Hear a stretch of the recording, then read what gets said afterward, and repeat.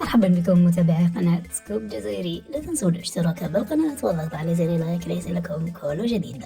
أثار البارحة زوج الفنانة الجزائرية المغنية نريمان عقيل ضجة عبر مواقع التواصل الاجتماعي، وجاء على غرار الفجأة. فألف مبروك للفنانة الجزائرية نريمان عقيل على دخولها القفص الذهبي، حيث أقامت حفل زفاف بسيط وصرحت عبر قناة تلفزيونية جزائرية بأن حفلها كان خفيف الظريف ولم تريد عمل ضجة كبيرة. لكن صدى خبر حفل زفاف المغنية الجزائرية المحبوبة من كل الشعب الجزائري نريمان عقيل كان كبيرا جدا. ألف مبروك لفنانتنا القديرة نريمان عقيل. لك نشرت الفنانة نريمان عقيل مقتطفات قصيرة عبر صفحتها الرسمية عبر انستغرام من حفل زفافها. متابعي قناة سكوب جزائري، لا تنسوا الاشتراك بالقناة والضغط على زر لايك ليصلكم كل جديد.